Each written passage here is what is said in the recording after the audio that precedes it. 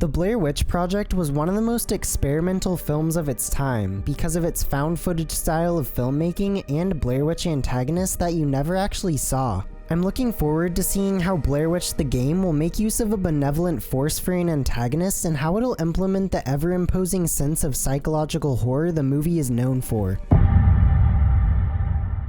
The game takes place 2 years after the movie, set in the year 1996. You play as Ellis Lynch, a retired police officer and war veteran who joins in the search for a young boy named Peter Shannon, who is seemingly lost in the heart of the Blair Witch's forest. Ellis is connected to the search more so than just being a kind stranger. He used to work for the sheriff's department who gave him Bullet as a service dog to help him with his PTSD and anxiety. Ellis's mental trauma is represented in-game through auditory hallucinations and narrowed vision that fully succeed in making you feel unsettled and closed off from anything not directly in front of you. Hey, calm down, Ellis. Everything's fine.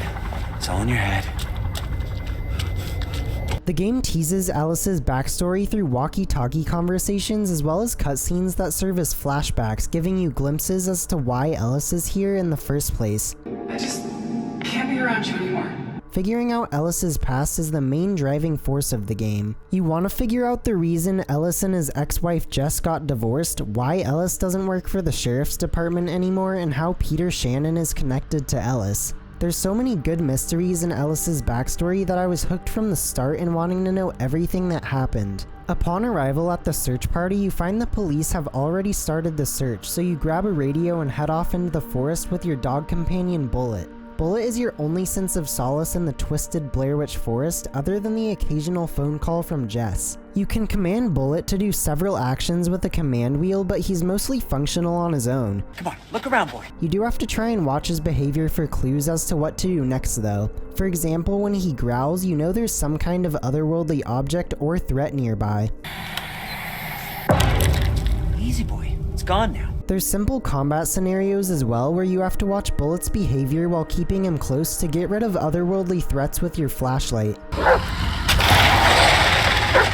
While searching around the forest, you'll find a variety of objects that fill in pieces of the plot as well as items that Bullet can smell and lead you to the next area of importance. The most interesting findings are tapes that you watch on a special little camcorder from a particular movie. There are specific tapes that if you pause at the right spot, it'll manipulate the environment or move objects into the same spot they were in the tape, almost like a distorted version of time travel. Apart from the object finding and occasional flashlight combat, there's also environmental puzzles. These were really well designed and make you feel super smart for figuring out the clues and how they work in solving the puzzle in your surrounding environment. There's a fair amount of gameplay variety to all of these gameplay systems that tie in well with the story. Even though a large amount of the game is walking from place to place, there's enough variety within that loop to keep you from ever getting bored. There were a few times where I didn't know where to go for a bit or didn't know how to progress, but it was nothing I wasn't able to figure out with a bit of time and logic. I'm really glad the game doesn't have an objective marker or intrusive UI though, which would have lessened the impact of the horror a bit. The game relies almost entirely on psychological horror, giving you the belief that you're just one moment away from being destroyed, even though there's no real monsters actively seeking to kill you. It's more of a fear from an unknown entity and the thoughts in Ellis's head, but it certainly makes sure you know it's there. I wouldn't say Blair Witch is a super scary game because you never feel like you're being hunted or anything. I would say unnerving is the best way to describe it because you can never get comfortable.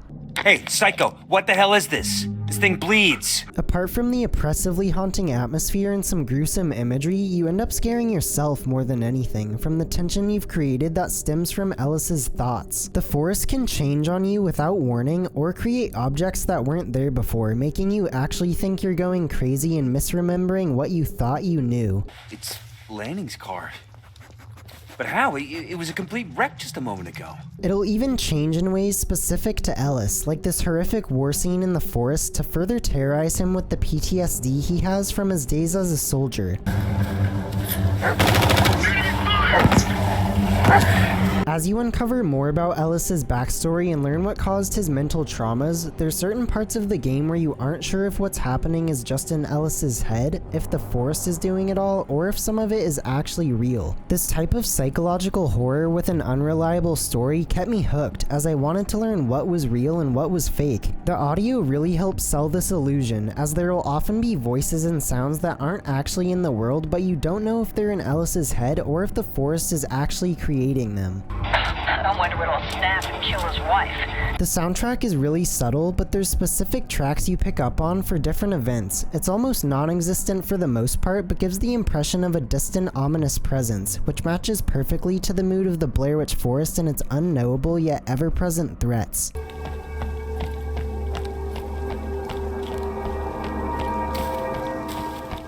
The gameplay and story all come to a big finale in the Blair Witch Project house, which is the scariest part of the game by far. The finale actually helps give more context to the closing events of the movie as well. Ellis has to confront all of his trauma through the warped reality he's experiencing, blocking out otherworldly beings from the Blair Witch, as well as intrusive thoughts from his own mind. Oh, my head.